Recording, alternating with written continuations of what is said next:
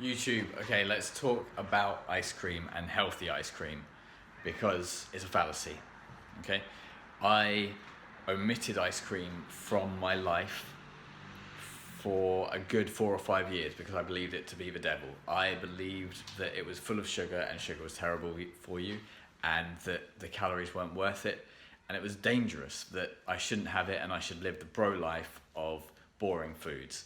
That is obviously bullshit, and it's all about macronutrients, and yes, you want to get good quality sources of fruit, veg, fiber in your diet, but that doesn't mean that you can't enjoy some treats here and there. So a couple of years ago, when the healthy ice creams hit the market, Halo Top, Breyers, Oppo, Wei, and now other companies like Jude's are doing lighter versions, Ben and Jerry's are doing lighter versions. It was mind blown moment. It was brilliant.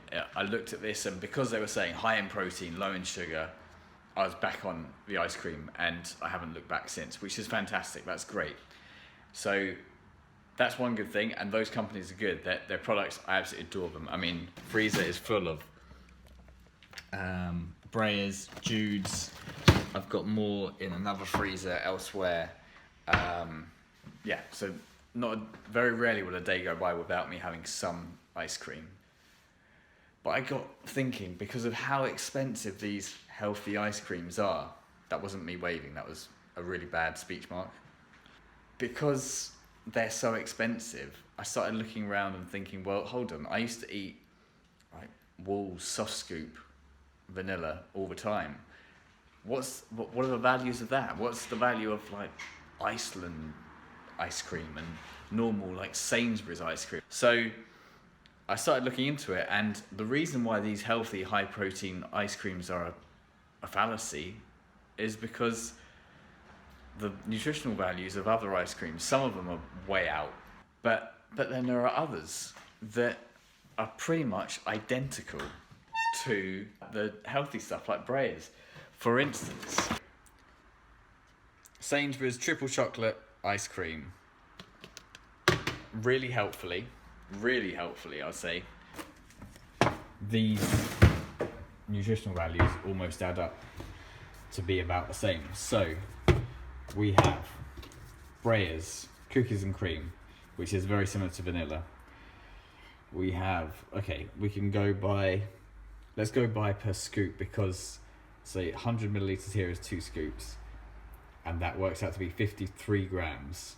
So that's almost half of 100 grams, clearly.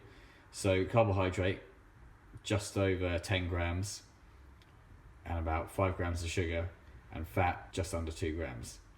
Okay? That's all really good.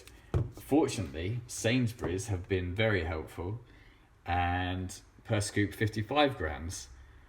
And as you can see, it's 13.9 grams, so essentially 14 grams.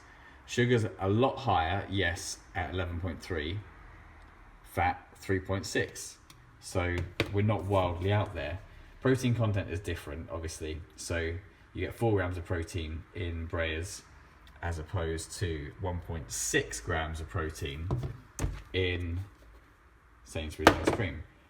But I challenge you that if you are getting or relying upon that 3 or 4 grams of protein in your ice cream, then you're not eating enough good quality protein in the rest of your diet. Because who turns to ice cream for a protein source? So based on those nutritional values on the carbs and the fats, there's very little difference. I mean, there's 1 or 2 grams difference in terms of fat and carbs. You can easily make way for that throughout the rest of your day. Buy the normal ice cream, which is half the price, for twice the amount at least, saving money, saving macros, and enjoying a wider range of flavors too. I'm really glad that these healthy ice creams came out, because it allowed me to get back into eating ice cream, and it's something I have missed so much. But at the same time, it's great that it's got me into it, because then it's allowed me to actually think around this healthy, clean eating. Look at the values, look at the truths that are in there, and work out for myself that, oh, actually, normal ice cream, supermarket ice cream, isn't too bad. I mean, Carte d'Or do a light version of vanilla. It's virtually the same as Breyer's and Jude's light vanilla. So, yeah, these are things that you only know when you start looking through supermarket aisles and you clearly have way too much time on your hands, like me. Enjoy whatever ice cream it is, because you can factor that into your diet, and those carbs add up to be almost exactly the same per serving. Yes, there are more sugars in the normal supermarket ice cream, but they're part of that total carb intake. It's not like they're extra sugars on top of that 14 grams. So, and again, I've said it before, I'll say it again, sugar is not an enemy, okay? It's the quantity of sugars and carbs that are easy to consume that make them the enemy, because you can just blast through a lot more sugar than you can slower absorbing carbohydrates. I really hope this has helped in some way. I hope it's helped you save money when you next go out and buy ice cream, and that it's freeing you up to eat foods that you may have restricted yourself from, like I did. That's not a nutritional plan that you can stick to. If you're restricting things to such an extent that you're miserable, that you miss them, that you crave them, and you may end up blowing out on at some point, then that's not right, okay? I also just wanted to talk you guys through a couple of different variants of normal ice cream that you can pick up in the supermarket, as well as some vegan ice cream, because just because it's vegan doesn't necessarily make it healthy or macro friendly. Okay, first up we have this gelato rather than ice cream. Obviously the difference between gelato and ice cream traditionally is that Italian gelato is made more from milk than cream, which makes it healthier straight away, which is also why you get a different texture, because obviously milk has a different consistency and freezing properties. Now the nutritional values here are actually really good because of that.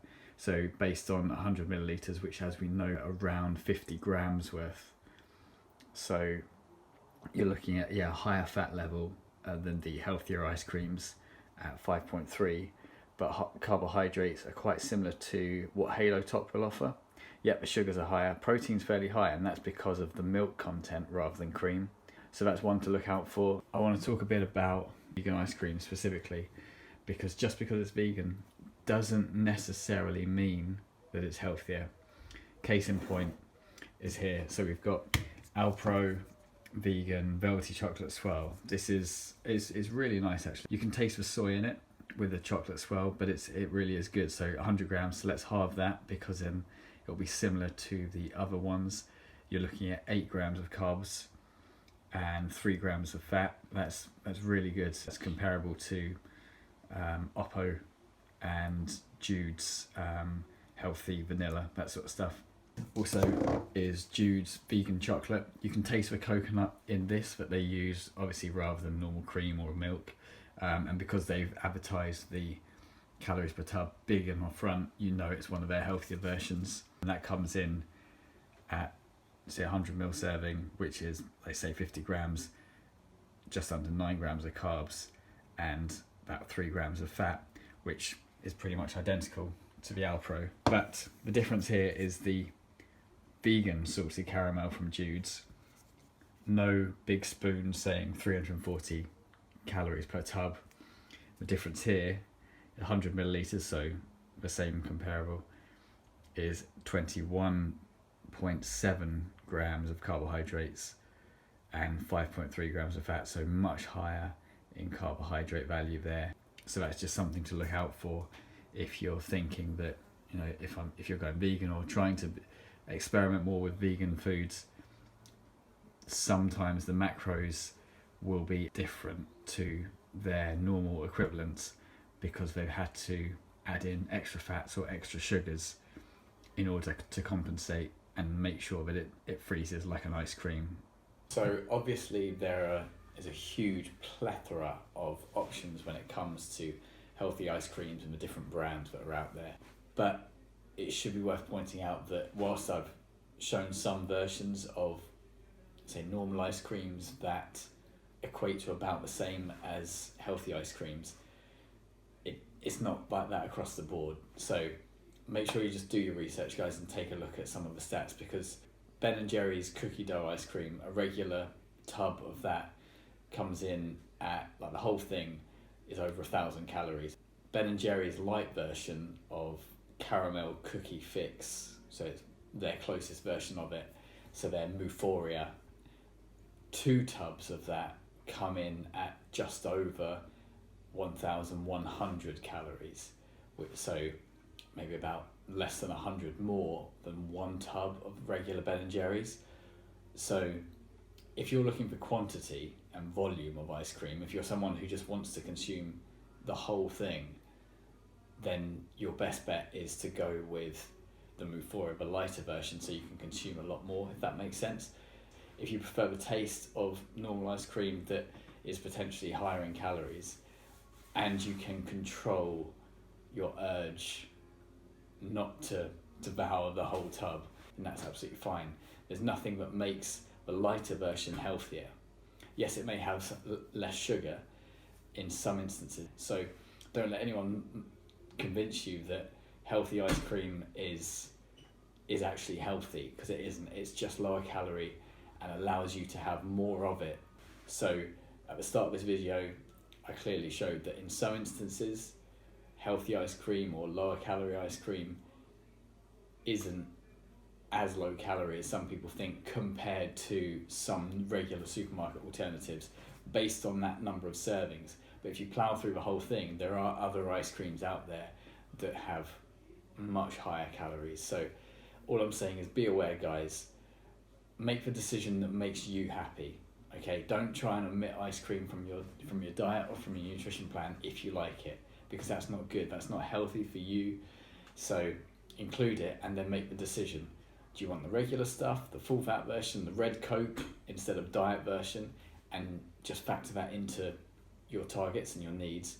Or do you want to be able to eat a lot more of that, because you know that at the end of the day you're going to be raiding that freezer once, putting it back, and then thinking, yeah, I'm going back, I'm having some more? Because if that's the case, if that's you, there's nothing wrong with that.